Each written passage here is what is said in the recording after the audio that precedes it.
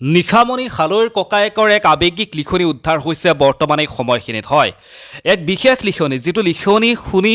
আপুনিও আৱেগিক হৈ পৰিব মই অলপ সময় পিছত আপোনালোকক নিশামণি হালৈৰ ককায়েকে লিখা সেই বিশেষ লিখনিটো মই শুনাবৰ কাৰণে চেষ্টা কৰিম যি লিখনিত বহু কথাই লিখা আছে যিখিনি কথা এক ককায়েক ভনীয়েকৰ যি সম্পৰ্ক সেই সম্পৰ্কখিনিক ফুটাই তুলিছে আসলতে নিশামণি আৰু নিশামণি ককায়েকৰ তেওঁলোকৰ মাজৰ যি সম্পৰ্কটো সেই সম্পৰ্কটো কেনেকুৱা আছিল আপোনালোকে জানি আচৰিত হৈ পৰিব আসলতে নিশামণি হালৈৰ ককায়েকে যিখিনি লিখনি লিখিছে যেহেতু অসমবাসী বৰ্তমান সময়ত শোকাস্তব্ধ হৈ পৰিছে নিশামণি হালৈ খেৰুৱাই আৰু আজিৰ পৰা দুদিন আগত অহা যি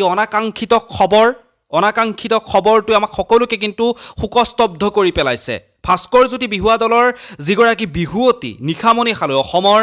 এগৰাকী উদীয়মান নাগাৰা নামৰ পাঠিকা তেওঁ খুব সুন্দৰকৈ নাগাৰা নাম গাই ভাল পাইছিল নাগাৰা নাম পৰিবেশন কৰিছিল অসমৰ ইমূৰৰ পৰা সিমূৰলৈ তেওঁ নাগাৰা নামেৰে এক নতুন নিজকে সুকীয়া স্থানত ৰাখিব বিচাৰিছিল নিজৰ পৰিচয় গঢ়িব বিচাৰিছিল সেইদৰে নিশামণি হালৈ ৰাইজৰ মৰম আদৰ বুটলিবৰ কাৰণে কিন্তু সক্ষম হৈ পৰিছিল আৰু সেই নিশামণি হালৈ আজি পৰা দুদিন আগত হোৱা যিটো ঘটনা ভাস্কৰজ্যোতি বিহুৱা দলৰ নিশামণি হালৈ আৰু তেওঁৰ যি সদস্যসকল বাকি বিহুৱতীসকল সকলোৱে এঠাইলৈ অনুষ্ঠান কৰিব গৈ থকাৰ সময়তে বাটতে যি দুৰ্ঘটনা সংঘটিত হ'ল আৰু সেই ঠাইত থিতাতেই নিশামণি হালৈয়ে মৃত্যুক আঁকোৱালি ল'ব লগা হ'ল আৰু আন যিসকল সদস্য আছিল ভাস্কৰজ্যোতি বিহুৱা দলৰ তেওঁলোকে আঘাতপ্ৰাপ্ত হ'বলগীয়া হ'ল আৰু এই খবৰটো যেতিয়াই বিয়পি পৰিছিল তাৰ পিছতেই কিন্তু গোটেই ৰাজ্যতে এক শোকস্তব্ধ হৈ পৰিছিল সকলো শোকাকুল হৈ পৰিছিল বহাগৰ এই ৰঙীন বতৰখিনিত এই ৰঙীন বতৰত যেতিয়া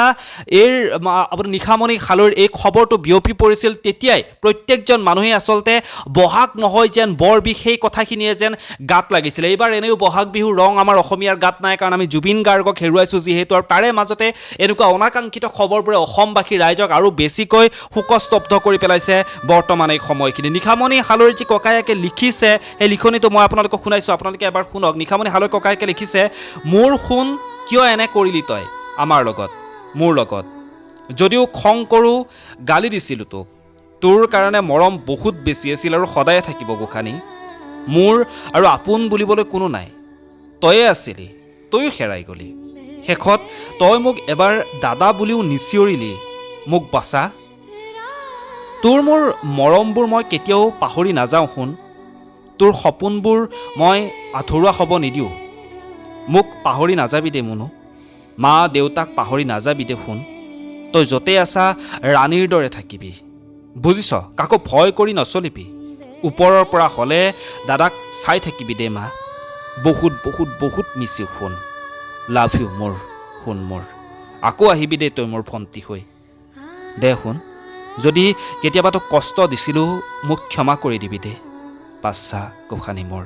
এনেকৈ এক আৱেগিক পোষ্ট লিখিছে নিশামণি হালৈৰ ককায়েক আৰু এই পোষ্টটো যেতিয়াই অসমবাসী ৰাইজে পঢ়িছে সকলোৱে আৱেগিক হৈ পৰিছে এনেই নিশামণি হালৈ খেৰুৱাই সকলোৱে বৰ্তমান শোকস্তব্ধ হৈ আছে প্ৰত্যেকজন অসমবাসীয়ে যেতিয়া নিশামণি হালৈৰ ফেচবুকৰ একাউণ্টটো এবাৰ খুলি চায় বা ইনষ্টাগ্ৰামৰ একাউণ্টটো এবাৰ খুলি চায় তেওঁৰ প্ৰতিভাৰ উমান পায় তেতিয়াই সকলো মানুহৰে চকু চলচলীয়া হৈ পৰে যদিও মৃত্যুৰ আগলৈকে এগৰাকী নিশামণি হালৈক মানুহে চিনি পোৱা নাছিল খুব কম সংখ্যক মানুহে চিনি পাইছিল কিন্তু মৃত্যুৰ পিছতেই সেই নিশামণি হালৈয়ে কিন্তু বৰ্তমান সময়ত সকলোৰে সেই নিশামণি হালৈৰ প্ৰতিভাবোৰ অসমবাসী ৰাইজে জানিবলৈ বুজিবলৈ সক্ষম হৈ পৰিছে সঁচাকৈ নিশামণি হালৈক আমি হেৰুৱাই কিনি বৰ অপূৰণীয় ক্ষতি বুলি ক'ব লাগিব বৰ্তমান এই সময়খিনিত বাকী আপোনালোকে সেই নিশামণি হালৈৰ আত্মাৰ সদগতি কামনা কৰক আৰু আপোনালোকে আপোনালোকৰ মনৰ অনুভৱখিনি তলৰ কমেণ্ট বক্সত লিখিবৰ কাৰণে একেবাৰে নাপাহৰিব পুনৰ লগ পাম ধন্যবাদ